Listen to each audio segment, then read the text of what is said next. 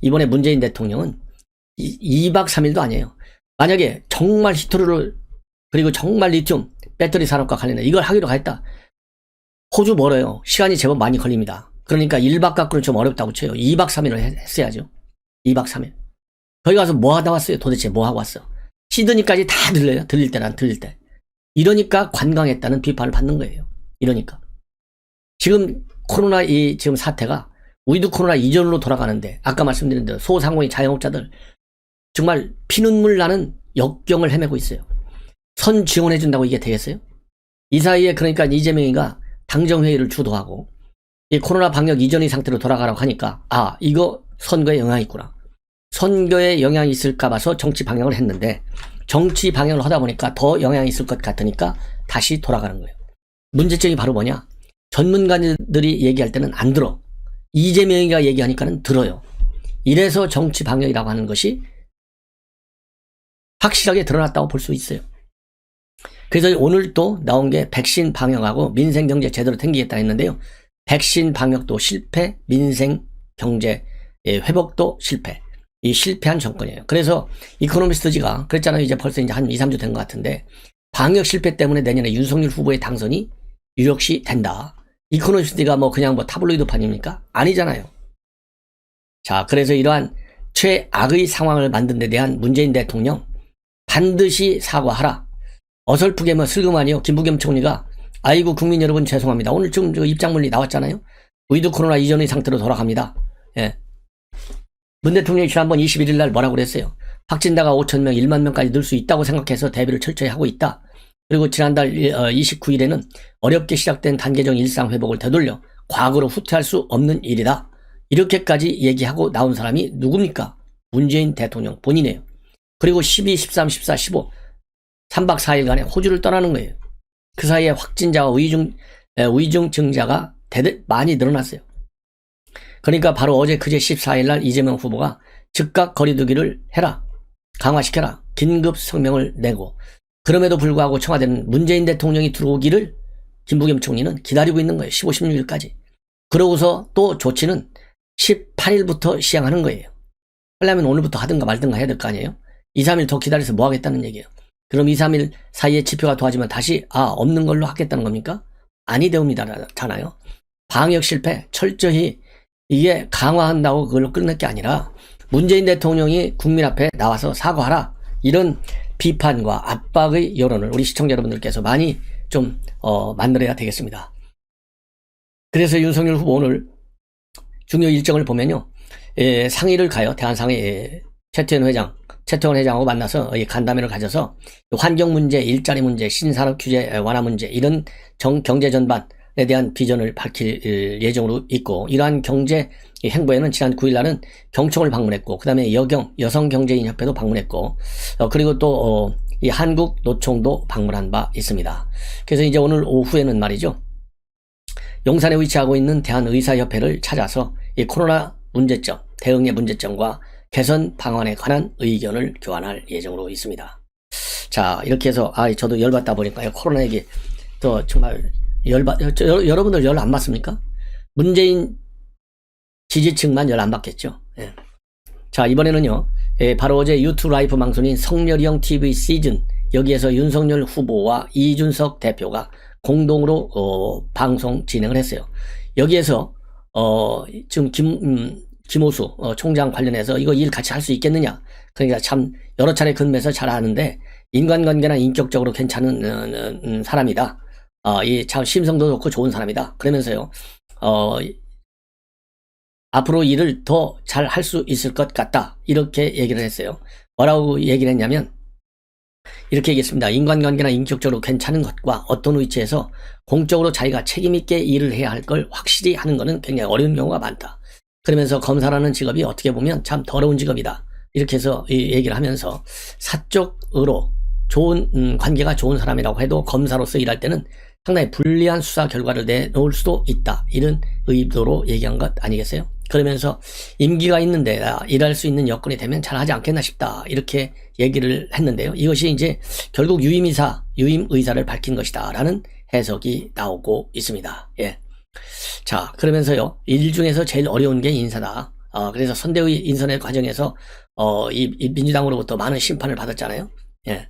자, 그러다 보니까 인사 문제 이렇게 얘기하고 있어요. 여의도에 온 지 얼마 안 되니까 여러 사람 얘기를 듣지만은 남의 얘기만 듣고 판단할 수는 없다. 여러 방면으로 노력은 하지만 만나본 경험이 많지 않기 때문에 아무래도 힘이 많이 드는 것 같다라고 말을 했습니다. 대통령이 대략 5천 명의 인사를 해야 한다고 하는데 그걸 다 혼자 어떻게 하겠느냐. 좋은 사람 찾으려고 노력도 하고 이 발굴하는 기술도 갖춰야 하는데 좋은 사람을 만나는 것도 운이 작용하는 것 같다. 그리고 같이 일하는 사람이 합이 맞아야 한다. 모자란 것 같아도 모아놓으면 시너지가 날 수도 있고 하나하나는 괜찮은데 모아놓으면 엇박자가 나는 경우도 있다. 인사가 만사인데 일 중에 제일 어려운 게 인사다. 이런 얘기를 하고 있습니다. 그리고 어제 이 방송에서 말이죠. 이준석 이 대표가 하고 윤석열 총장의 최초 만남과 관련된 이 비하인드 스토리를 조금 밝히고 있어요. 그러니까 지난 7월 6일 날 입당하기 전 얘기죠. 이 비공개로 상견한 장소가 당시 브리핑을 했던 서초동 식당 이게 아니고 윤석열 후보의 자택이었다라는 사실을 처음 공개하고 있습니다. 그러면서 그 당시 이 자택을 만났는데 뭐라 그럴까요? 이 처음이라서 그런지 굉장히 엄숙하고 진지하게 얘기를 했는데 뒤에서 강아지들이 뛰어다녀서 상당히 인상에 남았다. 이런 입장을 이준석 대표가 밝히고 있고 또 윤석열 후보는 그때 햄 샐러드를 만들어서 맥주하고 함께 했는데 비숑 2마리가 이 대표한테 재롱도 부리고 했다라면서 당시 비하인드 스토리를 내놓고 있습니다. 그러면서 이 윤석열 후보가 이 첫 인상과 관련해서는 그때나 지금이나 이 대표와 대화를 하고 나면 무언가 남는 게 많다. 나도 누군가와 이야기를 하면 듣기보다는 말을 많이 하는 스타일인데 이 대표와 이야기를 하면 각자 반반쯤 이야기하는 것 같다. 이렇게 하면서 웃음을 터뜨렸습니다. 그리고요. 이 정치에 발을 딛게 된 이 과정, 동기 이것도 밝히고 있어요. 말하자면 사시 합격적인 20대 중후반쯤에 사실은 정치 참여를 고민했다. 이렇게 옛날 얘기를 좀 터놨습니다. 그때는 시험에 합격해도 판검사를 하겠다는 생각은 안 했고 변호사를 하면서 자연스럽게 중도 진영으로 지적 활동을 하면서 정치를 해볼까 하는 생각을 했었다고 합니다. 그러니까 이 정치 피가 좀 있는 것 같아요. 이걸 보면. 그리고 대선 출마 결심 계기에는 검찰총장을 그만두고 4말 5초로 넘어갈 무렵이다. 4월 말 5월 초죠. 친한 친구들이 함께하는 자리에서 이민 가고 싶다 하면서 내가 정치를 한다면 기다려줄게 라고 하는 말을 듣고 집으로 오면서 며칠 내 방향을 잡아야 되겠다고 했다. 그러면서 그 후 6월 29일에 정치 참여 선언했는데 돌이켜보면 그때까지도 정치를 한다는 것의 의미를 몰랐던 것 같다. 천지가 뭔지를 모르는 올챙이 시절이었다. 이렇게 밝히고 그리고 여기에 대해서 이준석 대표 후보가 학습 능력이 빠른 것은 인정한다. 이런 입장을 내놨는데요. 저도 항상 그러잖아요. 윤석열 후보 제가 아는 윤석열 후보는 학습 능력이 굉장히 빠르고 이번에 정치 데뷔한 이후에 이 현안과 관련해서 밝히는 입장문들 그리고 토론에서 밝히는 여러 가지 의견들을 보면 학습 효과가 굉장히 빠르고 그야말로 고시 공부하듯이 말하자면 현안과 관련된 이 이해력을 굉장히 많이 높여놓은 상태인 것 같습니다. 자, 그래서 이제 앞으로 이제 본선 토론이 남아있죠. 거기에 대비해서 우리 후보가 철저히 준비를 하지 않을까 하는 생각이 들어요. 그리고 참고적으로요, 이제는 이 김건희 씨와 관련된 이제 검증 문제가 본격화되고 있는데, 그리고 이제 공식 데뷔를 앞두고 있는 시점에서 이 김건희 씨하고 윤석열 후보가 직접 사과를 했습니다. 자, 그러다 보니까 이제 공식 출전에 대비해서요, 실무팀을 구성한다. 이 배우자 팀을 신설한다라는 보도가 나오고 있고요. 자, 그래서 좀 뒤늦은 감이 있지만은 빨리빨리 말이 나왔을 때는요, 빨리빨리 익혀야 된다. 저는 그런 주장을 좀 하고 싶습니다. 자, 그리고 이제 대전에 있는 김소연 변호사 이미 윤석열 캠프에 조인을 했다가 바로 이 사퇴한 그런 이제 이력이 있죠. 최근에 대전시당 시정감시단장으로 활동하고 있는데 지금 여권에서 김건희 씨에게 요구하는 수준, 야, 이거 다시 한번 짚긴 짚어야 된다. 자, 그런데 김소연 변호사 얘기가 김건희 씨에게 요구하는 여권의 그리고 비판의 수준을 보면 전과 사범과 관련된 전반적인 문제에 관해서 제대로 우리가 이제는 짚어야 된다. 이런 입장을 내놓고 있습니다. 그래서 오늘 KBS 라디오 주진우 라이브에서 얘기한 건데요. 오늘이 아니고 어제군요. 15일 날. 대선 후보자에 대해서 엄격한 잣대를 들이대는 것은 도덕성이 그만큼 높아지고 있는 거라서 굉장히 고무적인 현상이다. 후보자 배우자에 대해서 이 정도 잣대면 후보자인 이재명 후보의 논문 표절부터 시작해서 전체적으로 거짓말, 범죄전과 사범, 경위 낱낱이 밝히고 전부 다 해명해야 되겠다. 국민 앞에 하나하나 어떤 범죄를 어떻게 일으켰는지, 그때 상황이 어땠는지 김건희 씨에게 들이대는 잣대 이상으로 후보자이니만큼 정확하게 들이대야 한다. 이렇게 얘기를 하고 있습니다. 예. 그러면서요, 이 두 건의 경중이 정확하다. 하나는 범죄이고, 하나는 이력을 예를 들어서 지금 여권에서는요, 이 김건희 씨의 경력 부풀리기 의혹을 조국 장관의 딸 입시 비리 관련 표창장 위조 사건에 빗대서 지금 비판을 많이 하고 있잖아요. 이 두 사건 경중이 정확하다. 하나는 범죄고 하나는 이력을 과장해서 작성했을 것이라는 의혹이 나오는 수준이다. 사문서 위조에 해당되거나 표창장 위조에 해당하는 범죄 여부로 경중이 완벽히 갈라진다 이겁니다. 자, 그래서 이 인턴 이런 표창장 위조, 이거는 위조 범죄 행위죠. 이 법원에서 다 인정받고 있어요, 범죄라고. 그러나 김건희 씨의 이러한 이력 시비, 이거는요 위조가 아니고 기억의 착각인 거예요. 이거를 지금 지적하고 있는 겁니다. 그러면서 범죄의 구성 요건에 해당하는지 아닌지를 봐야 하고, 당락을 결정한다거나 또는 다른 피해자, 다른 합격자를 떨어뜨리는 경쟁자가 있는 입시에서 영향을 끼쳤거나 하는 부분들이 드러나지 않는 이상 이력을 과장하는 사례들은 굉장히 많다. 저는 절대 용인되지 않고 개인적으로 그런 것들에 대해서 엄격한 스타일인데, 김건희 씨는 도덕성의 문제일 수는 있다. 그러나 도덕성의 문제냐 범죄냐, 그 차이가 굉장히 크다. 이렇게 얘기를 하고 있어요. 바로 뭐냐면 2007년도 수원여대 겸임교수 지원 때 근무 경력 그리고 수상 경력 일부 부풀렸다는 의혹과 관련된 반박이라고 봅니다. 이 문제에 대해서 어쨌든 김건희 씨 어제 국민들께 불편함과 피로감을 느껴서 사과드린다. 사실관계에 관계없이 이런 입장을 내놨고, 윤석열 후보도 어제 국민이 바라볼 때 미흡하게 처신한 게 있다면 사과하는 게 적절하다라는 입장을 밝혔습니다. 참고적으로 이 김소연 변호사 어제 서초갑 당협위원장으로 서초갑 예비 후보로 등록을 했다는 보도가 나오고 있습니다. 자, 서초갑 보궐선거 저도 이제 등록을 할 예정인데요. 반드시 공정과 상식에 부합하게 이 선수를 뽑아야 된다. 그리고 불공정 선수는 가려내야 한다. 이것이 저의 주장입니다.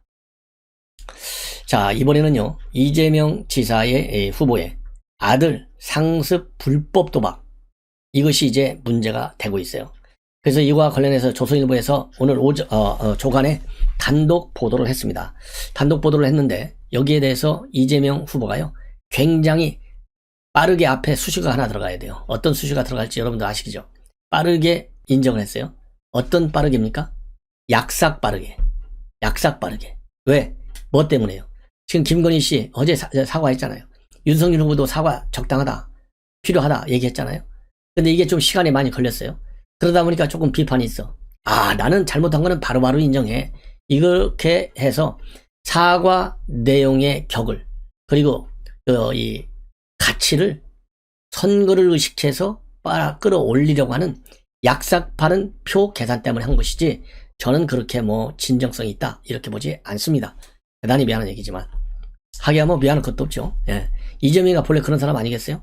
그래서 이 불법 도박 혐의 사과를 했는데, 우선 사과 내용을 말씀을 드리고 이 도박 얘기를 좀 자세히 하겠는데, 말씀을 드리겠는데, 이 도박 얘기 조선일보가 보도한 내용의 핵심은 바로 그겁니다. 2019년도 1월부터 지난 여름까지 1년 반에 걸쳐서 불법 도박을 상습적으로 해왔다.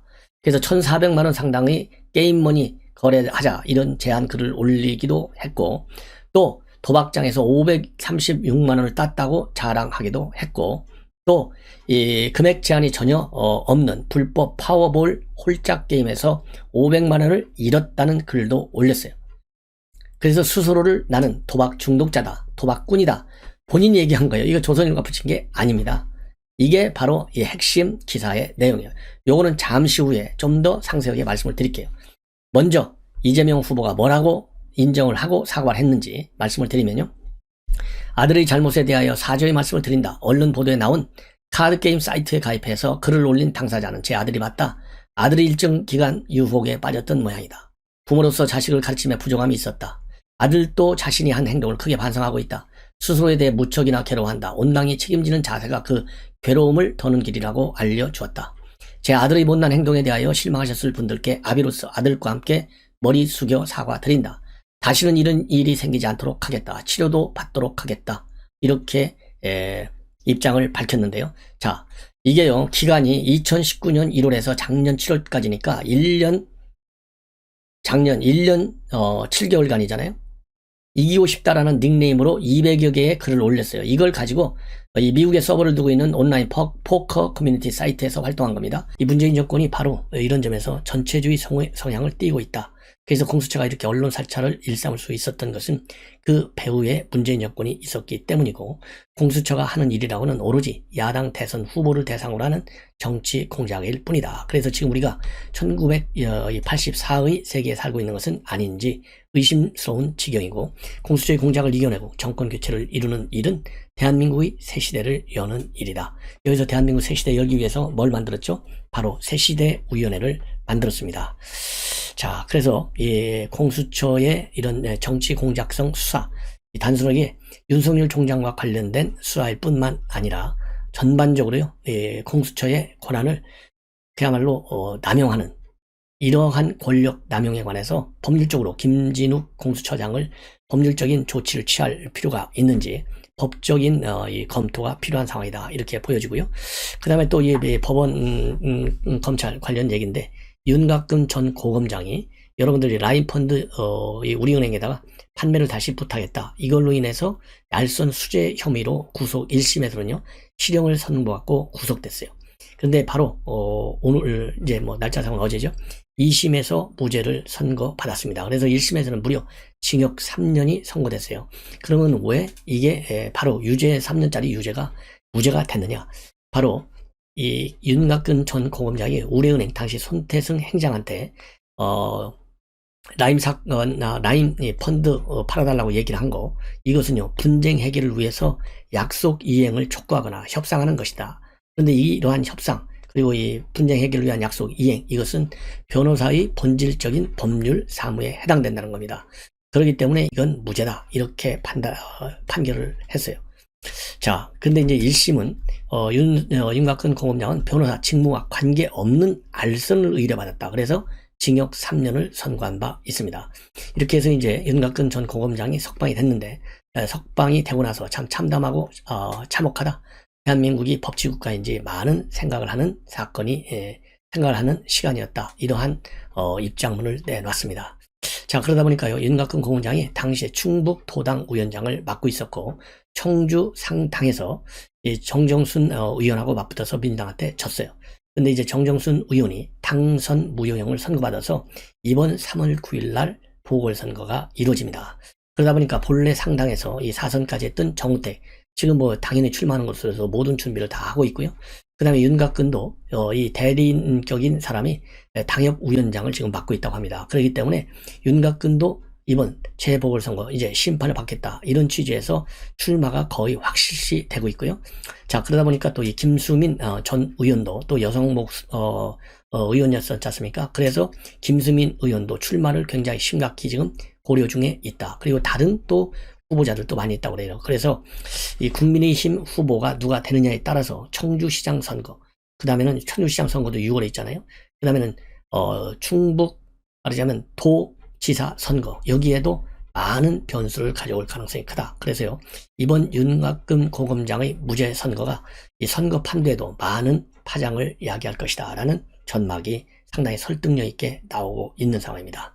자, 이번에는 이제 추미애 관련인데요. 추미애 결국은요, 이 동부지검에서 추미애를 갖다가 정치자금법 위반 혐의로 기소를 했습니다. 그런데 유감스럽게도 말이죠, 이거를 정식 재판에 넘기지 않고 약식 기소했어요. 약식 기소라고 하는 것은 검사가 피의자에 대해서 징역형이나 금고형에 처하는 것보다는 그냥 벌금형에 처하는 것이 맞겠다 싶어서 정식 재판에 회부하지 않고 서면 심리로만 약식 명령을 청구하는 것이 약식 기소입니다.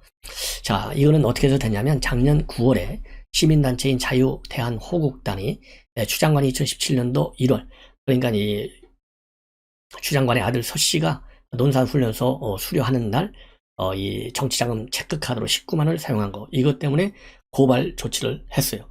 그래서 이 고발 조치에 따라서 동부지검에서는요, 어떻게 해서라도 이걸 기소를 안 하려고 난리를 치고 시민위원회까지 소집해서 심의를 했지만, 시민위원회에서 마저도 이거는 기소해야 된다, 이런 의견이 나왔어요.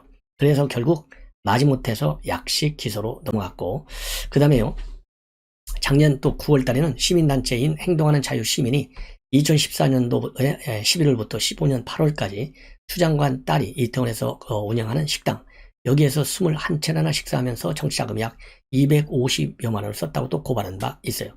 자, 그런데 이거는요, 이 공소시효가 만료가 됐기 때문에 공소권 없음 처리해서 끝났는데, 지금 이제 추미애가 지금 뭘 하고 있죠, 여러분들? 추미애가 지금 김건희 저격에 맨 앞줄에 서 있어요.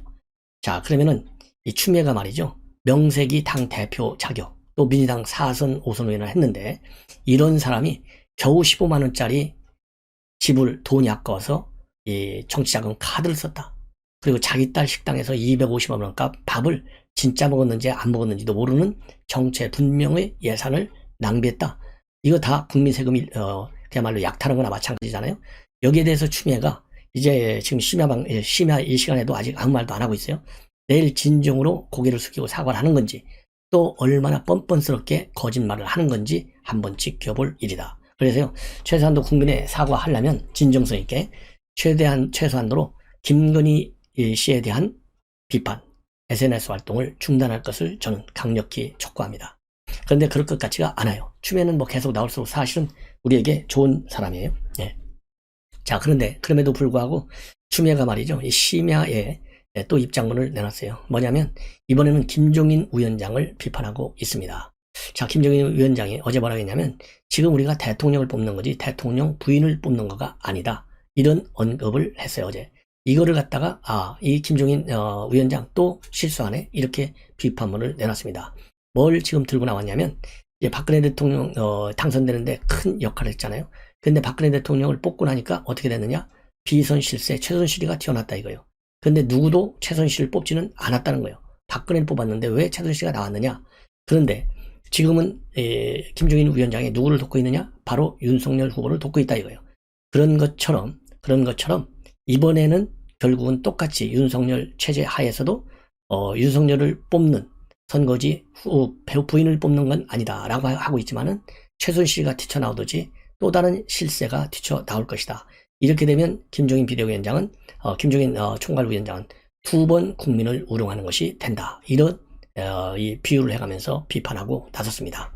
왜 그러냐면요, 이 김종인 위원장이 과거 2016년도 11월에 시사전을 하고 인터뷰했어요. 뭐라고 인터뷰했냐면, 누군가 뒤에서 박근혜 대통령 후보를 조종하는 사람이 있다는 사실은 그 당시에 알았는데 그 사람이 최순실인지는 몰랐다, 이렇게 시사전환에서 인터뷰를 한 바 있는데, 이 인터뷰 내용을 공유를 하면서 김종인 위원장은 2012년도 박근혜를 돕고 난 후 최순실의 실체를 알고 많이 후회했을 것이다. 그러면서 이 김건희 씨 관련 의혹에 대해서 지금까지 제기된 의혹을 볼 때 공권력을 사익주의 도구와 방패로 이용한 가족이라는 점에서 본질적으로 최순실 사태의 재현이라 해도 기우가 아닐 것이다. 그러면서 직접 뽑지 않기에 더 위험한 장막 정치를 용납해서는 안 되고 국민을 두 번 우롱하면 안 된다, 이렇게 강조를 하고 있습니다. 예. 자, 그러면서요, 이 추미애가 이제 뭐까지 끄집어내서 비판을 하고 있냐면 말이죠, 참 치사한 사람이에요. 이 상습적 허위 합격력을 남발하면서 살아온 후보의 배우자 김건희 씨가 기자에게 던진 말은 예사롭지 않다. 그러면서요, 김어준 씨가 어제 김의겸 의원이 김어준의 뉴스공장에서 나온 이 김건희 씨의 발언을 인용해서 또 비판하고 있어요. 뭐라고 했냐면, 김건희 씨가 오마이뉴스 기자한테 제가 청와대에 들어가면 가장 먼저 초대하겠다라고 한 말. 자, 이 얘기를 가지고 마치 자신이 권력을 잡는 주인공이고 이미 권력을 잡는 것이 기정사실인 것처럼 위험한 사고를 가지고 있다. 허위 경력 의혹을 묻는 또 다른 기자에게는 왜 괴롭히느냐? 당신도 털면 안 나올 줄 아느냐? 의사를 부렸다. 그래서 참 무섭다, 이렇게 비판을 하고 있습니다. 자, 그래서요, 이 추미애의 뭐라 그럴까요? 이 비판, 이 독설 정말 끔찍합니다. 예, 아주 여러분들 뭐 분노를 느끼지 않을 수가 없죠.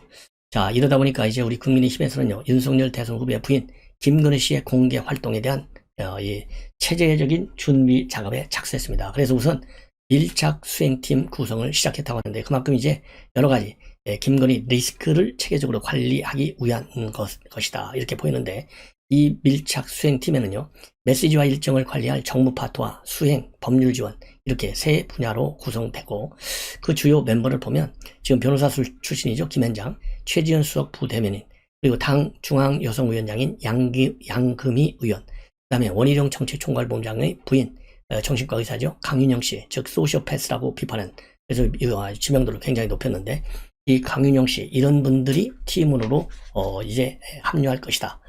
이렇게 지금 보도가 나오고 있습니다. 자, 이 얘기는요 채널 A가 단독으로 보도하고 있는 내용입니다.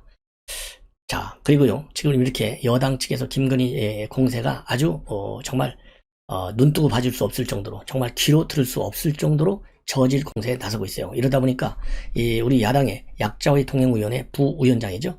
약자의 통행위원회 위원장은 윤석열 후보 본인입니다. 부위원장인 김미애 의원이요. 잡설로 조랑하지 말아라. 검증도 지킬 선이 있다. 그리고 내년 대선이 영부인 뽑는 선거가 아니지 않느냐. 이렇게 강한 직격탄을 날리고 있습니다.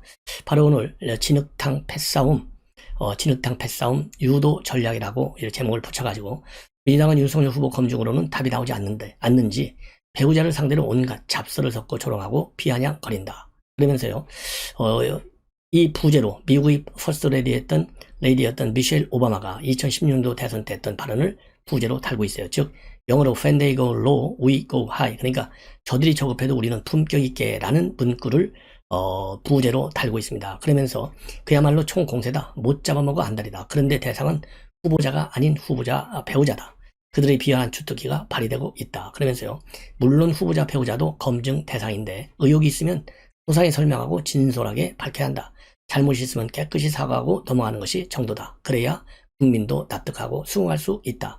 그러면서도요. 대통령을 선출하는 선거인 만큼 후보자에 대한 검증은 조금 지나친 부분도 이해할 수 있지만 배우자는 다르다. 대선이 영무인 뽑는 선거가 아니지 않나. 인신 공격, 여성 비하, 근거 없이 지르고 보는 의혹 제기는 검증을 가장한 후보자 흠집 내기다. 악마의 유혹이 있더라도 자제하는 것이 옳다. 이렇게 입장을 밝히고 있습니다. 그러면서 중요한 것은요. 바로 이거예요.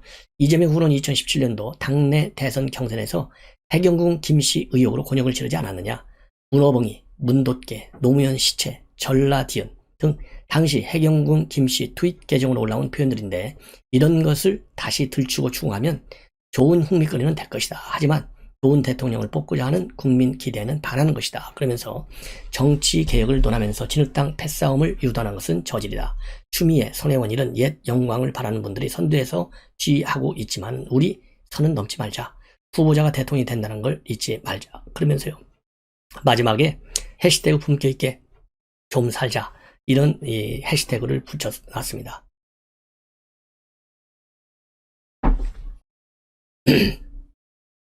자, 그리고요. 이제 이현주 전 의원이 또 아주 이상한 아리까리한 또 입장문을 냈습니다. 그래서 바로 이제 한 이틀 전인가요? 이수정 위원장 이 교수가 윤석열 후보 부인 김건희 씨도 뭔가 잘못이 있으면 조사를 받아야 된다. 거기에 따르는 책임을 져야 한다. 이런 비판을 한 바 있어요. 근데 이현주 전 의원도 어떻게 보면 김건희 씨를 저격하는 그런 입장문을 내놨고 조국이 심판을 받았듯이 대가를 치러야 된다. 우리가 잘못이 있으면 이런 입장문을 내놨어요. 그래서 이현주 씨의 입장문을 한번 제가 여러분들께 소개해 드리고자 합니다. 그러니까 부분적으로는 물론 맞는 얘기죠. 예, 왜냐하면 지금 공정이라는 게 뭡니까? 내로남불 이거 하지 말라는 거 아니에요. 그렇기 때문에 이 김건희 씨 사건도 무조건 덮자 이건 아니에요. 사실로 밝혀진 의혹들 이거에 대해서는 사과를 하고 진중하게 사실이 아닌 걸로 의혹을 날조 왜곡해서 비판하는 거 여기에 대해서는 강력한 법적 조치를 취해야 되겠다. 저는 그렇게 그런 입장을 가지고 있어요. 그래서 이현주 씨의 이런 입장문을 제가 한번 여러분께 소개해 드리겠습니다. 조국권에서 보여준 문재인 대통령과 민주주의 억지와 내로남불적 태도로 국민들은 문정권과 민주당에 등을 돌렸다. 그리고 그 결정적 계기가 조국 딸 조민의 표창장이었다. 2017년 국민들 특히 2040들은 최순실의 국정농단과 정유라의 백도 실력이다라는 말에 분노하여 촛불을 들고 이게 나라냐라고 외쳤다. 그러는 그들이 2년 후 문재인 정권과 민주당에 분노하며 돌아섰다. 그들의 분노를 자양분 삼아 정권을 잡았던 문재인 정권과 민주당이 보여준 뻔뻔함과 내로남부실 태도에 배신감을 느꼈기 때문이다. 우리 국민들은 깨끗하고 정직한 세상을 원한다. 나라는 선진국이라는데 지도층의 도덕성이나 잣대가 보통 국민들 수준도 안 되는 상황을 받아들이기 어렵다. 보수니 진보니 하는 것도 개개인의 이해관계도 그 다음 문제이다. 2017년 촛불 집회 때도 그랬고 2019년 조국 사태 때도 그랬고 지금도 그렇다. 국민들은 지금은 말없이 지켜보지만 반드시 거짓말 세력, 내로남불 세력을 심판한다. 지난 보궐선거 때 그래서 민주당이 심판을 받았던 것이고 내년 대선은 누가 심판받을 차례인지 아직 알 수 없다. 이 끄트머리가 아주 좀 여러분들 야 이거 이현주 전 의원의 정체성에 뭐라 그럴까요? 이 퀘스천 마크를 달 수밖에 없는 표현이에요. 내년 대선은 누가 심판받을 차례인지 아직 알 수 없다. 이 부분. 이거 좀 어려운 것 같아요. 자, 그러면 답은 어디에 있느냐? 이거를 제가 여러분들께 소개해 드릴게요. 오늘 우리 국민의힘 여성들이 김건희 씨의 여당 공세에 대해서 저열한 마녀 사형이다. 중단하라. 이런 입장문을 내놨습니다. 그러면서 오히려 국민들이 알아야 할 건 사상 초유의 전과 사범인 이재명 후보다. 그래서 배우자 김혜경 뒤에 숨지 말아라. 이렇게 비판문을 내놨어요.